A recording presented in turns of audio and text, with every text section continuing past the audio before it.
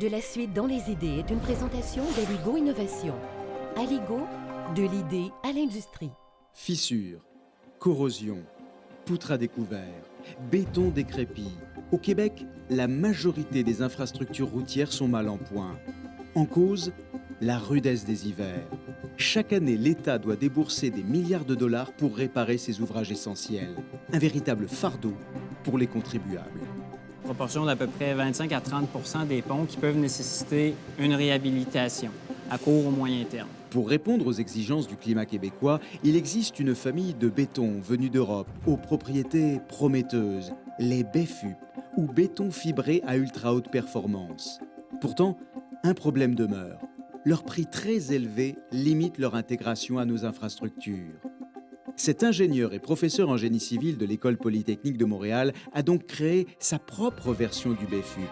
En inventant ce matériau innovant à moindre coût, avec des matières premières uniquement d'origine canadienne, Jean-Philippe Charron a eu de la suite dans les idées.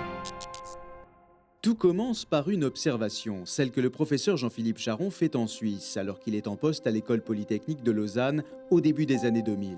Son sujet d'étude, les propriétés des bétons renforcés de fibres ultra performants. Et c'est là que j'ai compris tout le potentiel d'utilisation dans nos infrastructures et que j'ai cherché, dès mon arrivée ici, à l'intégrer dans mes activités de recherche pour en faire bénéficier nos infrastructures canadiennes.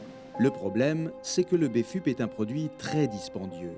Lorsqu'il rentre à Montréal en 2004, le professeur Charron décide donc de mobiliser son équipe pour concevoir un béton fibré à ultra haute performance, plus économique, fait à base de matériaux locaux et adapté aux réalités d'ici.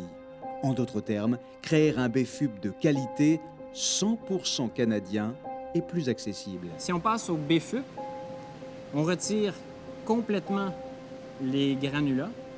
Donc, on a du sable, du ciment et des ajouts minéraux en très grande quantité. Et on ajoute beaucoup plus de fibres, de l'ordre de 3 à 4 fois plus de fibres qu'un béton fibré ordinaire. Après avoir élaboré la composition de ce BFUP canadien, le professeur Charron va tester en laboratoire des dalles de pont en béton conventionnel et d'autres bâties à partir de BFUP. Reproduisant l'effet de 5 ans de trafic routier intensif sur ces dalles de pont, il constate sur les deux modèles le résultat suivant. Alors que sur le béton conventionnel, des fissures se propagent rapidement, sur le BFUP, il n'en est rien. Les fissures sont bien là, mais les fibres du BFUP retardent leur expansion. Le fait d'ajouter davantage de fibres ne changera pas vraiment la résistance à la compression du matériau, mais va plutôt même augmenter la résistance à la traction ou à la flexion du BFUP.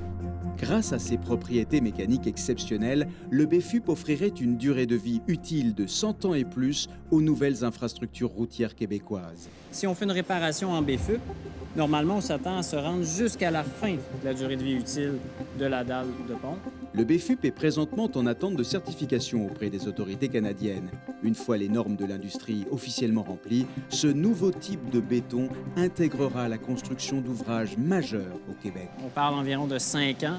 Il y aura vraiment une augmentation d'utilisation du BFUP sur nos infrastructures. Et j'espère qu'à moyen terme, cette utilisation s'élargira. Une utilisation qui garantirait à nos infrastructures québécoises une santé en béton. De la suite dans les idées vous a été présentée par la Fondation canadienne pour l'innovation, la recherche au service des collectivités.